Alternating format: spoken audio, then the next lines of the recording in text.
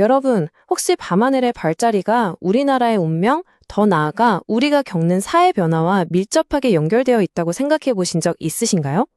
오늘은 고대의 우주적 세계관을 바탕으로 한반도의 현대사를 분석한 아주 흥미로운 자료를 해설해 드리려고 합니다. 이른바 광화문 시대의 도래라는 주제인데요. 고대인들이 하늘의 움직임과 한반도의 미래를 어떻게 연결지었는지 그 신비로운 통찰을 지금부터 차근차근 살펴보겠습니다. 오늘 다룰 내용들입니다. 별자리와 구군부터 시작해서 60년 주기의 우주시계, 하원갑자, 우리 삶의 가치 변화, 그리고 광화문 시대와 미래 전망까지 쭉 한번 짚어보겠습니다. 바로 들어가 볼까요? 첫 번째로 별자리와 구군, 즉 고대인들이 가졌던 우주적 세계관에 대해 알아보겠습니다. 이 장엄한 고성도 천상열차 분야 지도를 한번 주목해 보시죠. 고대학자들은 하늘을 관찰하는 걸 단순한 미신이라고 생각하지 않았습니다. 오히려 이건 국가를 운영하기 위한 가장 수준 높은 학문이자 당대 최고의 첨단 천문학이었어요. 하늘의 별자리를 얼마나 정확하고 실증적으로 관측했는지 이 지도가 완벽하게 증명해주고 있죠. 여기서 아주 중요한 개념이 하나 등장합니다. 바로 시절인데요. 우리가 평소에 시절 참 좋다 할 때 쓰는 바로 그 단어 맞습니다. 이게 원래는 하늘의 별자리 같은 객관적인 우주의 흐름이 우리 인간의 역사와 딱 맞물리는 때를 의미하거든요. 그러니까 국가의 운명이라는 게 우연히 결정되는 게 아니라 이런 거대한 우주의 움직임과 함께 파도처럼 출렁이며 흐른다는 겁니다. 자, 그럼 두 번째 파트로 넘어가서 이 60년 주기의 우주시계가 역사의 리듬을 과연 어떻게 해독했는지 살펴볼게요. 여기서 핵심은요. 이 세계관에서는 시간을 쭉 이어지는 직선으로 보지 않는다는 겁니다. 대신 동양 천문학의 기본인 갑자, 즉 60년을 한 묶음으로 보는 거대한 시간의 블록들이 계속 반복된다고 믿었어요. 역사를 시대별로 나누고 측정하는 일종의 거대한 우주 타이머인 셈이죠. 이 타이머가 어떻게 돌아가는지 한번 볼까요? 천지 자연의 순환은 총 180년이라는 아주 긴 주기를 가집니다. 그리고 이게 정확히 60년씩 3개의 시대로 나뉘어요. 1864년에 상원갑자가 시작됐고 1924년에 중원갑자, 그리고 1984년에 하원갑자가 시작됩니다. 정말 정교하게 딱딱 맞아떨어지는 역사적 시계죠. 우리가 지금 어디에 있는지 제대로 이해하려면 바로 이전 시대인 1924년부터 1984년까지의 중원갑자를 반드시 짚고 넘어가야 합니다. 이 시기 어땠나요? 전 세계적으로 엄청난 격변과 참혹한 전쟁이 휘몰아쳤죠. 하지만 동시에 하늘과 땅의 기운이 교류하면서 수많은 깨어있는 지식인들이 새로운 사상의 씨앗을 뿌린 시기이기도 합니다. 엄청난 혼돈 속에서 치열하게 미래를 준비하던 역동적인 시간이었죠. 이제 세 번째 파트, 하원갑자의 시작입니다. 바로 우리가 살고 있는 지금 이 시대 이야기로 주민해 보겠습니다. 여기 보이시는 분은 선도사상가인 봉우 권태훈 선생입니다. 이분은 단순한 역사학자가 아니라요. 방금 말씀드린 그 역사적인 주기들을 아주 정밀하게 계산하고 풀어낸 분입니다. 놀랍게도 이분은 우리가 지금 경험하고 있는 거대한 사회 변화들을 이미 오래전에 천문학적인 관측과 통찰을 통해 미리 예측하셨다고 합니다. 그 권태훈 선생의 계산과 이 우주적 틀에 따르면요.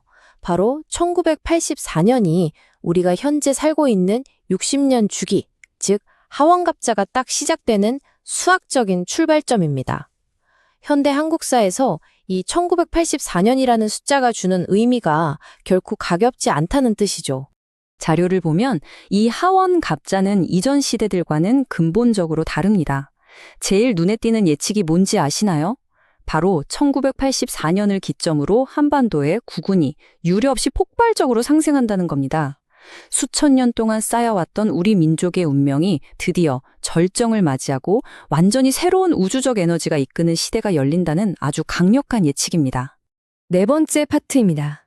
이런 거대한 우주시계가 우리의 일상과 사회적 가치를 어떻게 바꾸고 있는지 구체적으로 확인해 보겠습니다.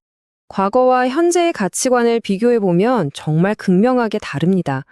예전 중원갑자 시대에는 물질주의, 눈에 보이는 물리적인 공장, 부동산 같은 자산에 엄청나게 집착했잖아요.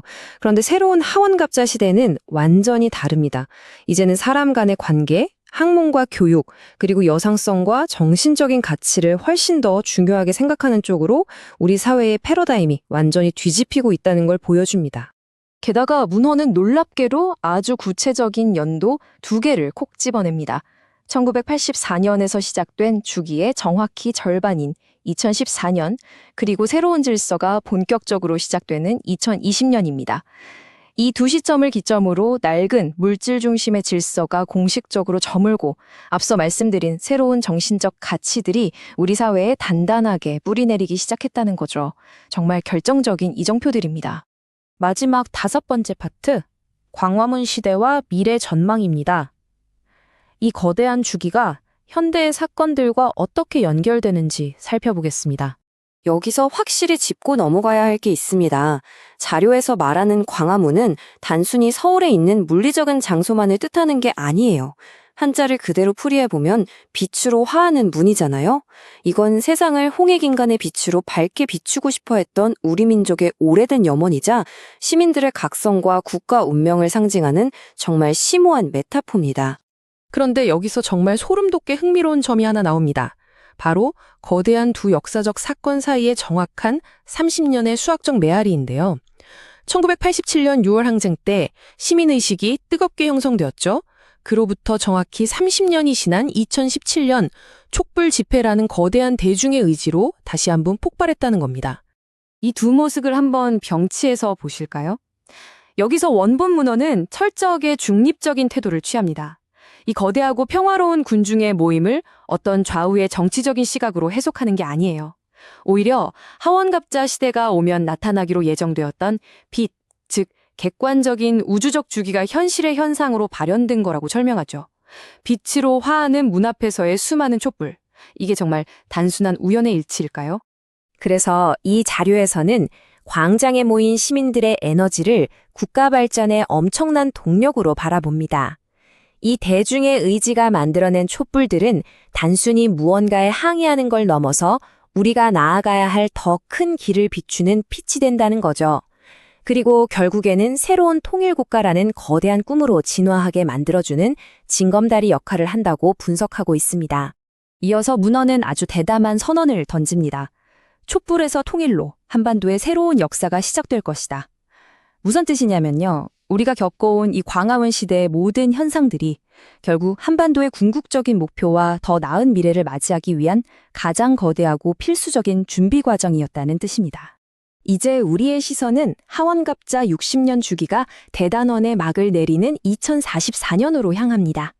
문헌에서는 이때쯤 이 모든 흐름이 하나로 모일 거라고 예측해요. 우주시계가 가리켰던 예측들이 현실이 되고 한반도가 통일을 넘어 전 세계적으로 정신적인 리더십을 발휘하면서 국가의 미래가 완전히 새롭게 재편될 거라는 아주 희망찬 전망이죠. 자, 오늘 우리는 고대의 별자리부터 현대의 광화문 촛불까지 60년이라는 거대한 우주시계를 통해 우리 역사의 흐름을 쭉 따라가 보았습니다. 마지막으로 여러분께 이 질문을 던지고 싶네요. 우리가 지금 온몸으로 겪고 있는 이 엄청난 사회적 정신적 변화의 물결이 과연 2044년이라는 우주시계 끝에 다다랐을 때 예측대로 역사의 완성을 이뤄낼 수 있을까요? 천문학적 관점이 제시하는 한반도의 미래, 여러분은 어떻게 생각하시는지 궁금합니다.